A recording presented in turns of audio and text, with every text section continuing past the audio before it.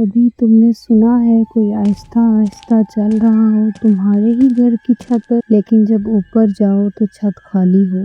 یہ کہانی ہے میری دوست علینا کی۔ ایسا کچھ صرف سنا نہیں بلکہ اپنی آنکھوں سے دیکھا۔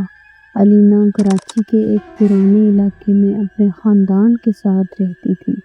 ان کا مکان 2 منزلہ تھا اور اوپر ایک چھوٹی سی چھت تھی جہاں صرف کپڑے سکھانے جاتے تھے۔ ایک دن علینا نے رات کے وقت چھت پر کسی کے چلنے کی آواز سنی، جیسے کوئی ننگے پاؤں آہستہ آہستہ چل رہا ہو۔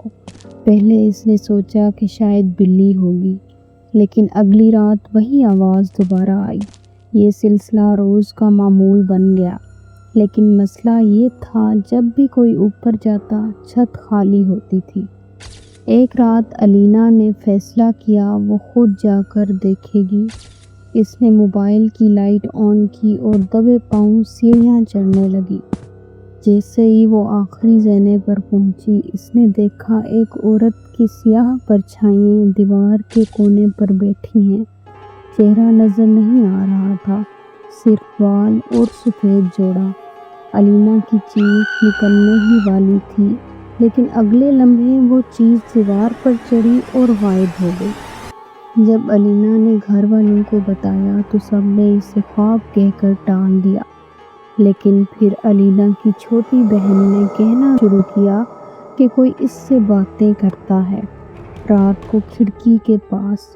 تب نانی امی نے بتایا، یہ گھر ہم نے جس وقت خریدا تھا اس وقت یہاں ایک بیوہ عورت رہتی تھی۔